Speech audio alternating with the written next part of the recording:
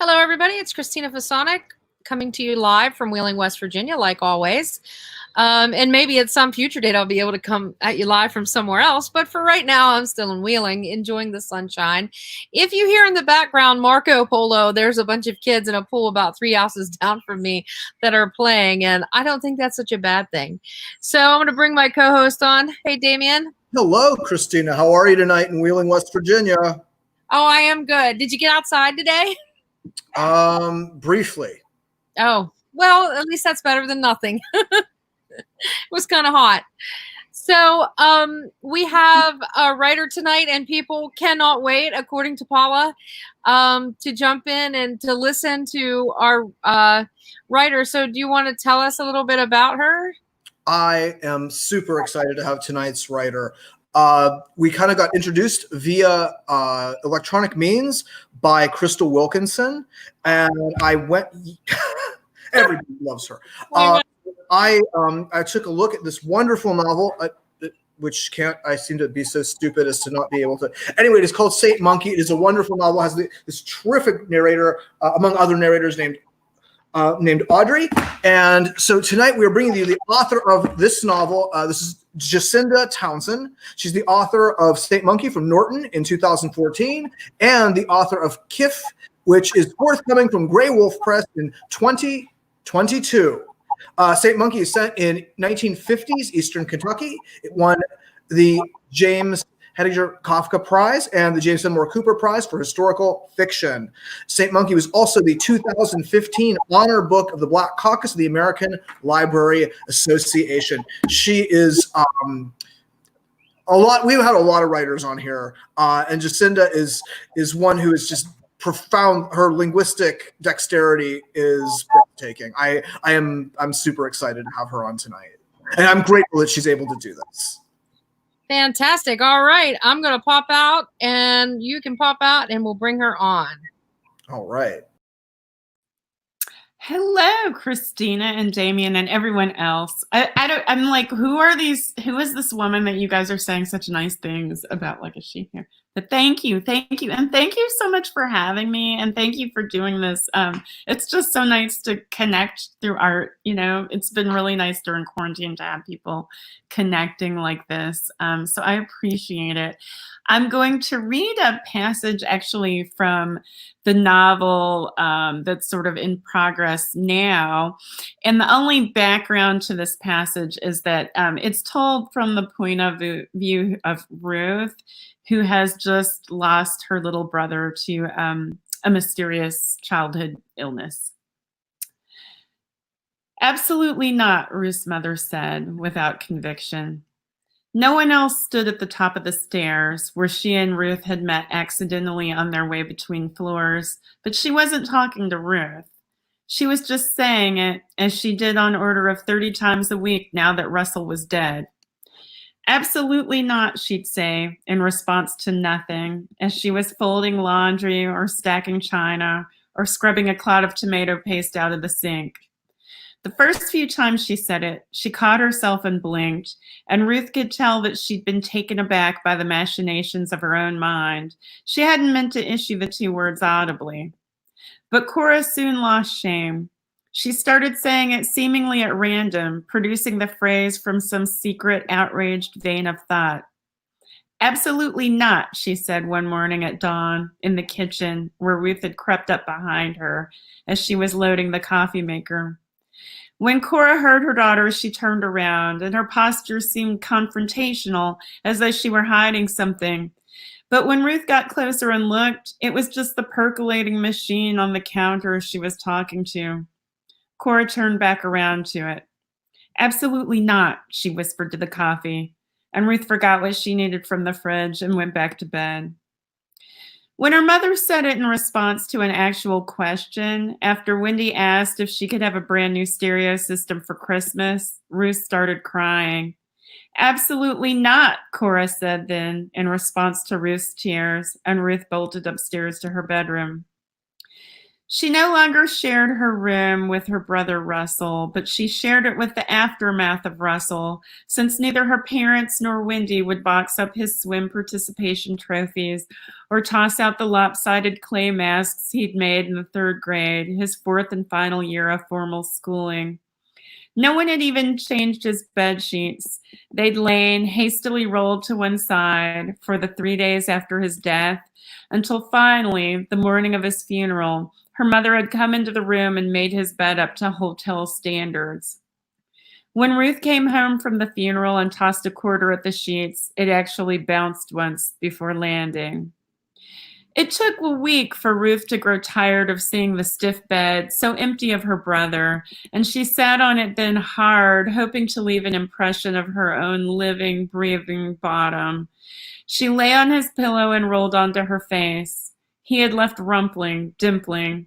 During the cold, sleety month of April, she began to reassemble his things into piles. Plastic cowboy collection in the northeast corner of the room, Spider-Man comic books in the southwest corner, near the head of her own bed. The room wasn't Russell's anymore, but it was no longer hers either. Now that he was dead, it was just a room. 4 walls, a floor, a ceiling, and an exactly square window hurtling with her around the center of the planet through different points of time. Since no one but her entered the room now, she'd been left as some sort of gatekeeper, contemplating the limitations of the human references the room still contained. The things left in the room weren't shrined to her dead brother so much as they were now shrined to impossibility and the failed hope for all the things Russell had so rarely touched when he was alive. She felt irreparably vicious, scooting aside his Lego cabin with the edge of her bare foot, but she persisted in pushing it to the wall, even as it fell in half and then crumbled into chunks of joining plastic bricks. She went through all his old socks and found the ones with holes and discarded them in the outside trash bin where her parents wouldn't find them. She arranged the clothes hanging in Russell's closet, first by color and then by size within the color. And then, if she couldn't remember having seen Russell wearing them in the year before his death, she ripped them beyond the possibility of wearing and tossed them on a growing pile in the southwest corner of the room. Over time, she discarded and rearranged his effects until she'd assembled several assorted piles of Russell, which someone came and cleared one day while she was at school. She opened the door to find it all gone, and she gasped audibly. The mess itself had become as a living, breathing human, so that when it was gone, she missed it. She came home 2 days later to find Russell's bed and nightstand similarly disappeared. She didn't dare ask what had happened. She wouldn't have called herself relieved. She hadn't wanted to clear her brother from her life. She'd simply wanted to proceed with her own. Her parents were still paying hospital bills for a dead child, and the financial difficulties showed up incrementally. Her mother's absolutely not when Ruth asked if they were going on a vacation that summer. Her father's uncharacteristic purchase of a lottery ticket, which she found hidden in his office drawer when she went looking for a sharpened pencil. It took 6 months for Cora to tell them that eating off paper plates might be cheaper than running the dishwasher, and another 4 for her to run out of money at the supermarket. Ruth had been helping unload provisions from the cart when she noticed the man behind them who had joined the line after they started unloading. He seemed to be appraising her, and she felt embarrassed to be unloading such an intimate item of Safeway brand toilet paper. When he looked away to the row of tabloids, Ruth inspected his face, then felt her own cheeks hardening with the recognition. It was Ralph O'Brien, their next-door neighbor, a police officer who she often saw coming home for lunch in his blue and white lettered City of Rosalind squad car. When they first moved into the neighborhood, Mr. O'Brien had yelled at her and Wendy. Not at them so much as at the place where they were standing on the sidewalk, because the sun was blazing high noon over all their heads such that no one could see anyone else's face, just hollows where should have been eyes, and the dappled light at the top of all their respective hairlines. "What are you girls doing here?" he'd said from his place in his own yard. He'd been wearing a cowboy hat while weeding, and to look at him, they'd had to turn directly into the retinal eclipse of sun. Instead of a face, she saw nothing, just the space of shadow under his hat. "We live here," Wendy had said. Ruth could only gawk at the faceless man. "You live where?" Mr. O'Brien had said, and they'd pointed to their own yard, their own new house, its new coat of paint, the new shutters flanking the clean new windows. Mr. O'Brien considered the house silently, as if seeing it for the first time. He looked to its roof and frowned, furrowing his brow as if he'd seen there something giant and monstrous, but he did not respond. He returned to his weeding. There in the supermarket, he took a few steps back to scan the other checkouts for a shorter wait time, but seeing nothing, remained in line behind Ruth and her mother. As Ruth removed the 28 ounces of canned peas, which, in the new family economy, replaced the 16 ounces of frozen, he shifted impatiently from his heels to his toes, from foot to foot, making a beefy man's ballet. Ruth tried not to glare. Mr. O'Brien seemed to know nothing about the patience that grief demanded of people. Thank you. That was outstanding. Thank you so much. Yeah, what happens next? I'm dying to know what happens next. I really love that line that she wasn't trying to get rid of her brother, but she was trying to like move on with her life. Yes. Yeah. And so resonant, I think, of what grief is like. Yes. Yeah, the whole novel is kind of about the grieving process and how people always do the wrong thing with grief. Yeah. Which I think so many of us know so much about.